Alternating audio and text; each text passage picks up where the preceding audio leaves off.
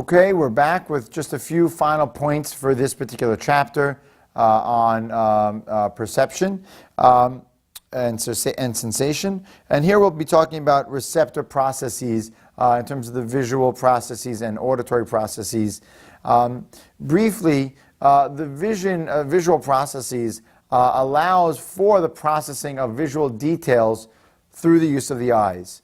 We've already spoken in previous sub-modules of this chapter about different visual cues and different types of factors that influence depth perception. Basically, it's just important to know that we detect and interpret information from visual light that comes in from our external environment.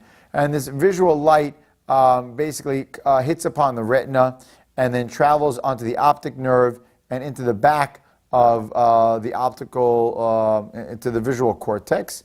And this allows us to build a representation of the world around us.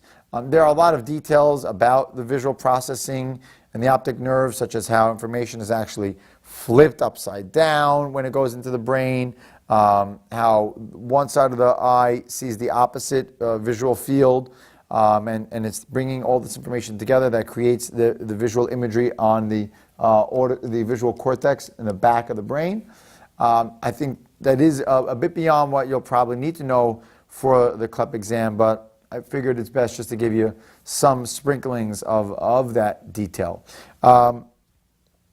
Turning to the auditory process, which again we've talked about briefly. Audition is the process of taking in sound through the ear and how it travels to the brain. Within the ear there are a myriad of microsystems involved in creating sound themselves. Auditory energy enters into the ear and goes into the various canals.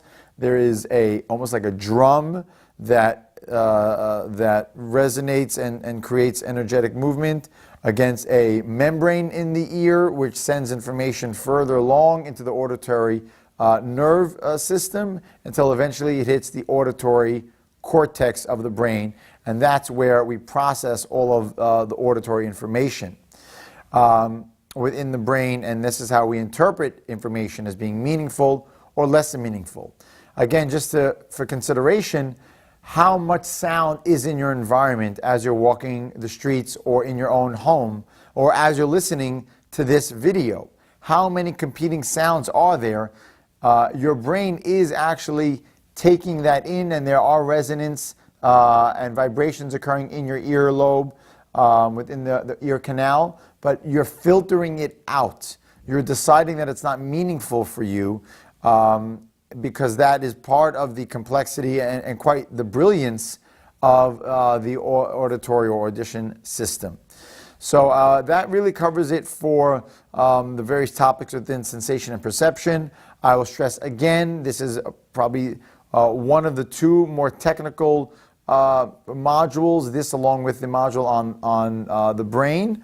So I encourage you to take some time, review the videos, review whatever print materials that you have on this area, and create some memory tricks or mnemonic devices to help you retain the more technical definitions that you'll need to know for the CLEP exam.